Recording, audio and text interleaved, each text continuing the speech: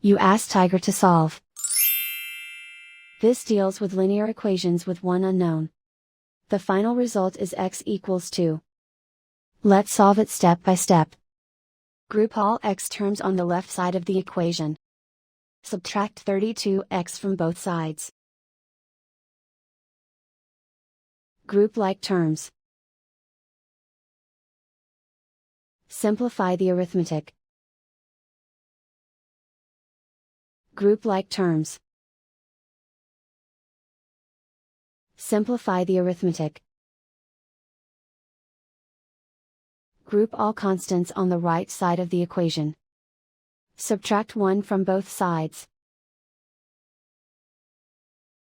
Simplify the arithmetic.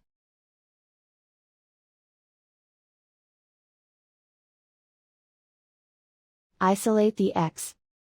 Divide both sides by -35. Cancel out the negatives. Simplify the fraction. Cancel out the negatives. Find the greatest common factor of the numerator and denominator. Factor out and cancel the greatest common factor. And so the final result is x equals 2.